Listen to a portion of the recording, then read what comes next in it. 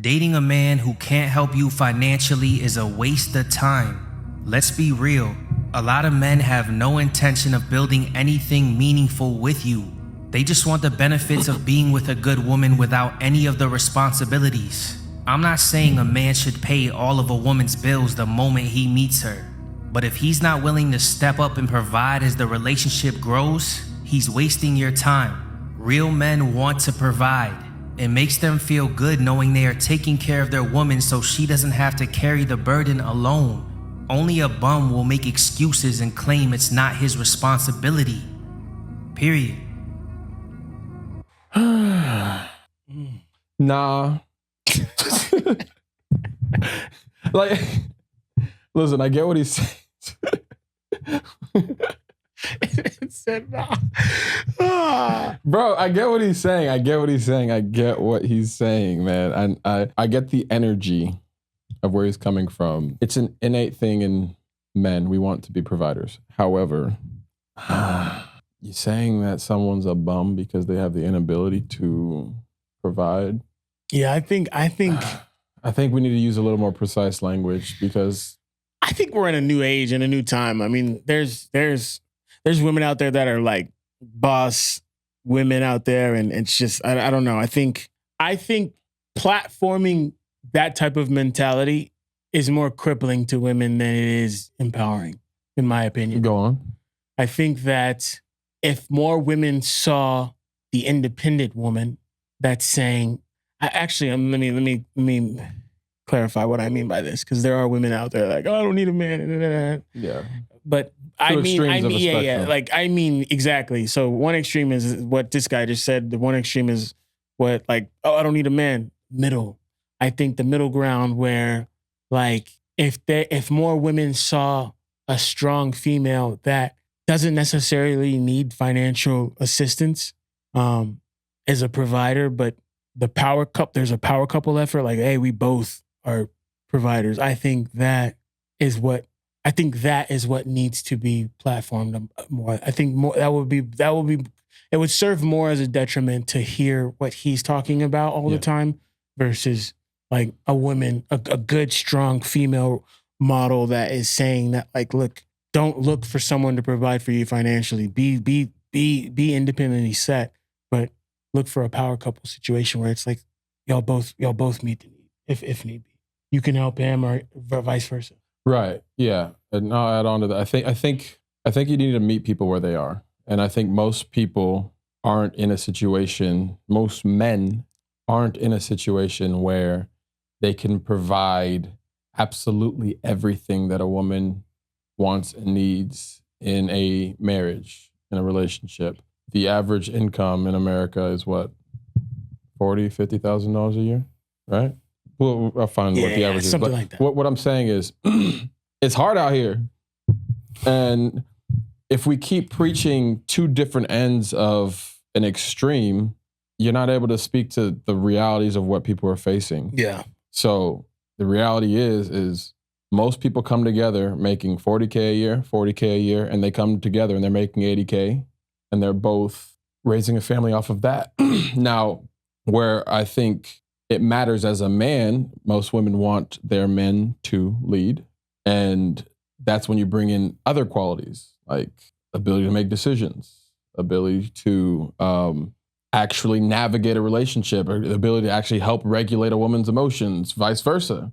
Or like on the woman's side, rear kids, and like on the woman's side, rear kids. Like there's certain things where it's like if we're looking at like traditional sense, like there's a trade-off there. But but when you start saying that men are bums if they don't get to a point where they can provide for your lifestyle, you're alienating way too many men. So I don't think it's as cut and dry as that. There's a lot of times I do agree with what he's saying, but in this aspect, I think you got to be more precise with the wording. Yeah. You're alienating the reality of too many people's lives, and you by that definition, there's so many men who are like, I am a fucking failure because I can't.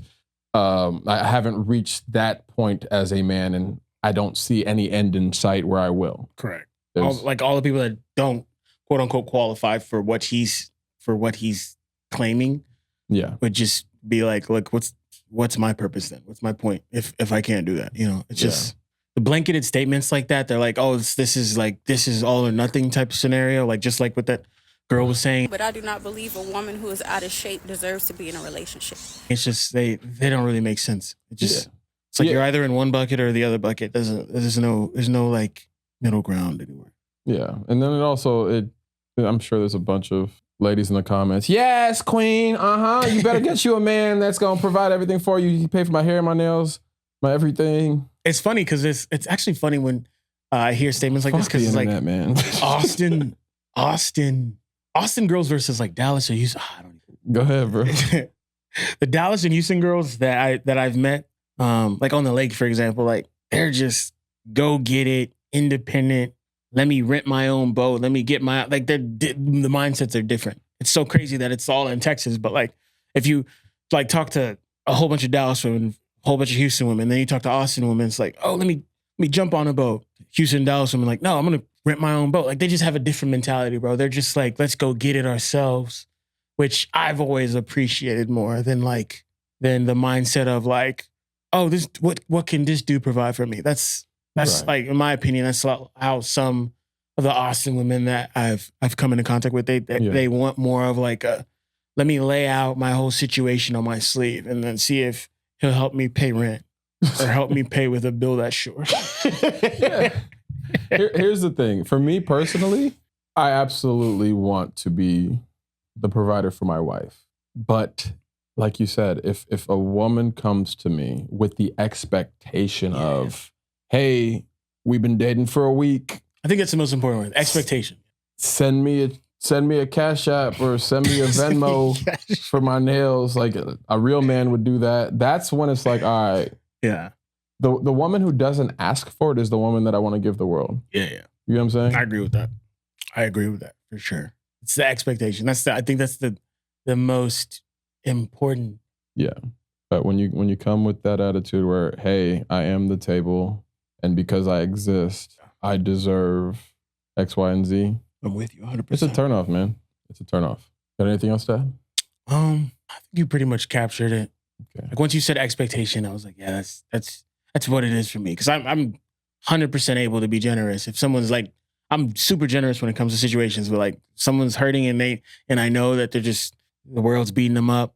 I'm down to help them out. But like the expectation is what throws me off. Right. Spa day for two. No, I'm kidding. That was a great example. Great example. I'll never get that back. I'll never get that funny back. We can end it here or we can dive in. Never get that funny back. We can end it here or we can dive in, bro. I'll never get that money back. He's about to be 7. David, okay. We're gonna have a. You know, I'm gonna call something out, bro. For you personally, I think for you, I think you need to pull up 2 dates in your old car that you probably sold or put it in the trash, whatever, the one that was like worth $500, and them just not know who you are. Yeah. Yeah, we won't get into that. But okay. Oh shit, it's 7:00. That's what I was telling you. I was trying to give you a heads up with that. All right. What do you think? Do you think? Let us know what you think in the comments.